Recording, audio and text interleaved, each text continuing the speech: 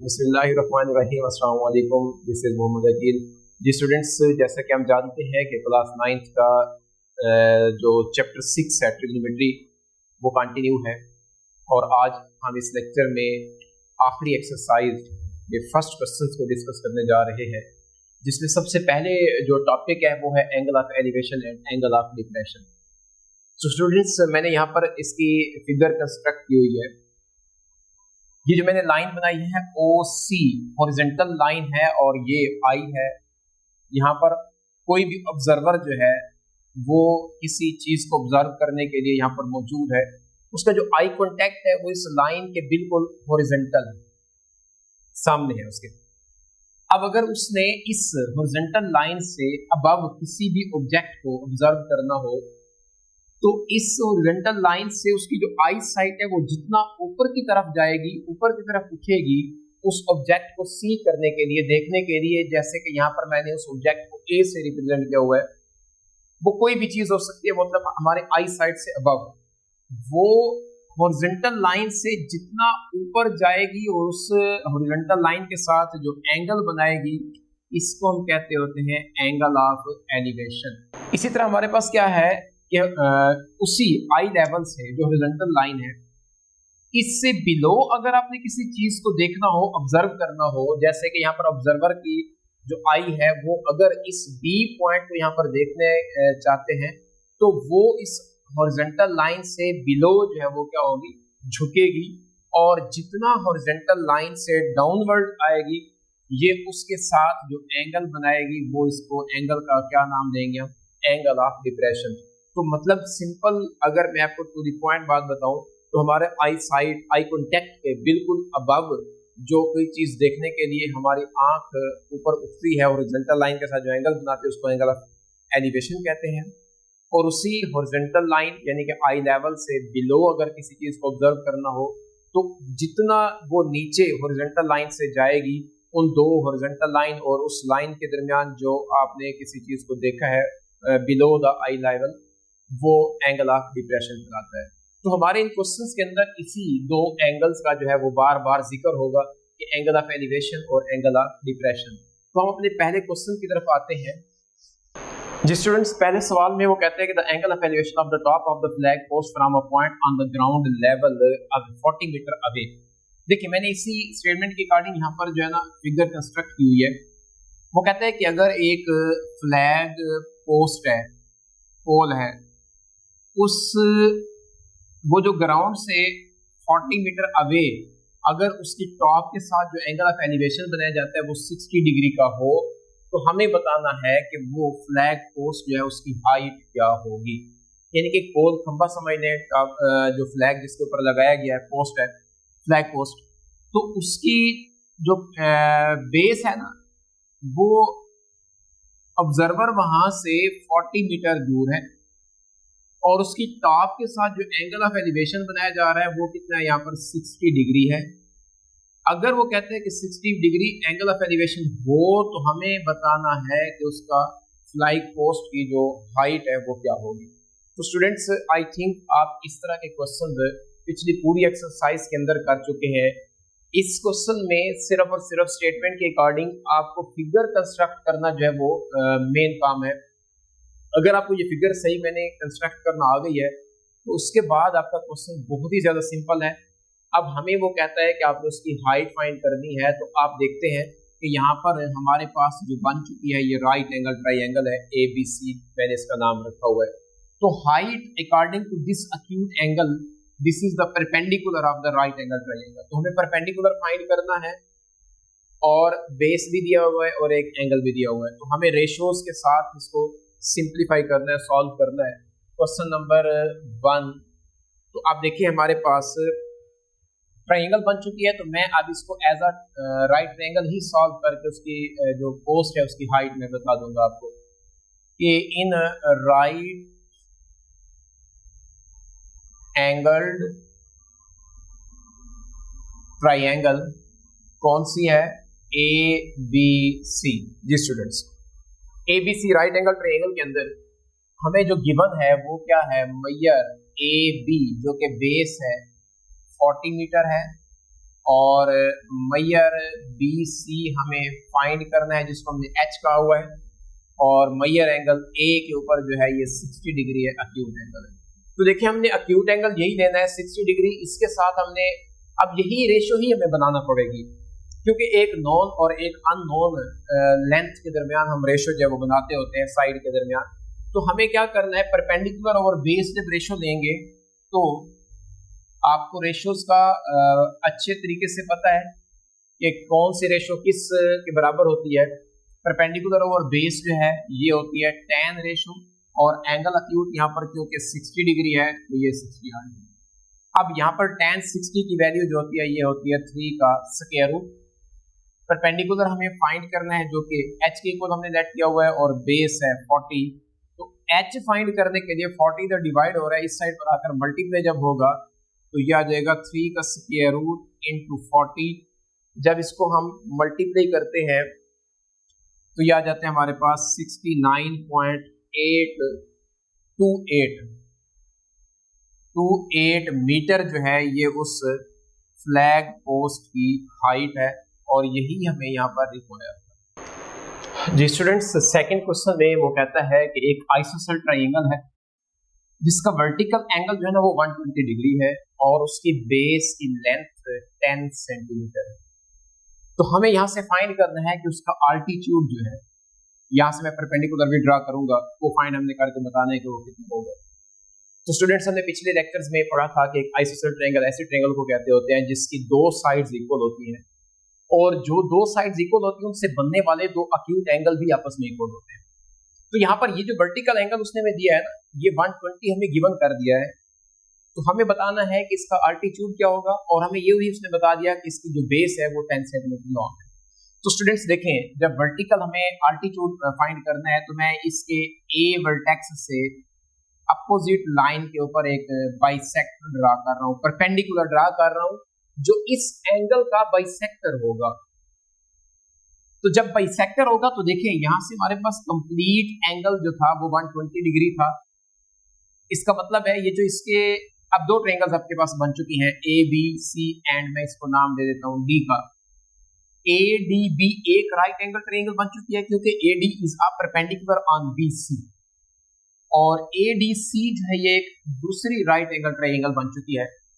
A D जो है ये इसके ऊपर परपेंडिकुलर बाइसेक्टर है। परपेंडिकुलर बाइसेक्टर का मतलब होता है कि एक तो ये वाला एंगल 90 का बना रहा है, दूसरा इस साइड को दो इक्वल पार्ट्स में डिवाइड कर रहा है। जब दो इक्वल पार्ट्स में डिवाइड करेगा तो जाहिर सी बात है कि टोटल लेंथ हमारे पास जो थी वो थी 10 सेंटीमीटर। अब ये ए बी से डी लेंथ उसका हाफ हो जाएगी 5 सेंटीमीटर। इसी तरह डी से सी बी 5 सेंटीमीटर जो कि कंप्लीट 10 सेंटीमीटर का हाफ हो जाएगी।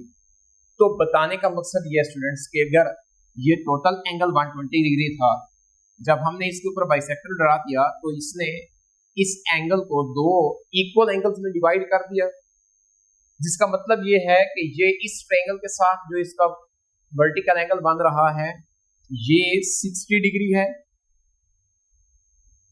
और दूसरा ये भी 60 डिग्री है, दोनों 60 डिग्री है। हमें फाइंड करना है कि ये जो आल्टीट्यूड है ये कितना है। मैं इसको x के साथ रिप्रेजेंट करता हूं। आई होप आपको ये बात समझ आ गई होगी यहां तक। अब देखिए, हमें जस्ट एक ट्रायंगल यहां से सॉल्व करनी है तो हमारा रिक्वायर्ड जो रिजल्ट है वो आ जाएगा। मैं इसको अलग करके बना रहा हूं, B D and A D B is a right triangle. ये एंगल हमारे पास है 60 डिग्री का, ये 90 का है। तो मैंने आपको बताया था कि किसी भी ट्रायंगल के टोटल 3 एंगल्स होते हैं और तीनों का जो सम होता है वो 180 होता है। अब ये 90 हो गया, ये 60 हो गया, तो ये कितना एंगल होगा 30 डिग्री। ठीक है, तो यहां से देखिए हमें ये भी बता दिया गया है कि ये 5 सेंटीमीटर है, और ये हमें जस्ट हाइट जो है आल्टीट्यूड जिसको हम कह रहे हैं ये फाइंड करना है। तो आई थिंक जो भी मैंने पहला सवाल किया है ये तो बिल्कुल वैसा हो गया है, क्योंकि वहां पर भी हमें ये फाइंड करनी थी साइड जिसको हमने फ्लैग पोस्ट कहा था, और यहाँ पर हम कह रहे हैं कि उस आइसोसेलेस ट्रायंगल का जो आल्टीट्यूड है। तो अब यहाँ से आगे हमने क्या करना है, इस राइट एंगल ट्रायंगल के ऊपर इन राइट एंगल्ड ट्राइंगल। कौन सी वाला? बी डी एंड ए या ए डी बी भी कह सकते हैं। तो हमें जो गिवन है mayor B D which is equal to 5 centimetre and mayor angle B जो हमने अभी फाइंड किया है ये 30 डिग्री है। मैंने यहाँ पर डायरेक्ट लिखा है, आप इसको फाइंड करने के लिए बकायदा उस तरह भी लिख सकते हैं कि तीनों एंगल्स का सम 180 है, फिर वहां पर दो की वैल्यूज पुट करके तीसरे को फाइंड कर लेंगे। तो हमें यहाँ से फाइंड करना है मैयर ए डी या डी ए, जिसको हमने एक्स का नाम दिया हुआ है और वो परपेंडिकुलर है। तो परपेंडिकुलर और बेस के दरमियान रेशियो बन रही है और वही 10 है। तो यहाँ से हम 10 रेशियो जब लेंगे तो आ जाएगा हमारे पास x/5। मैंने ये डायरेक्ट पुट कर दिया क्योंकि इस तरह के मैं काफी सारे क्वेश्चंस करके आया हूँ। आई होप कि आपको ये बात समझ आ जाएगी। अब 10 30 की वैल्यू जो होती है ये होती है 1/3 के root which is equal to x/5।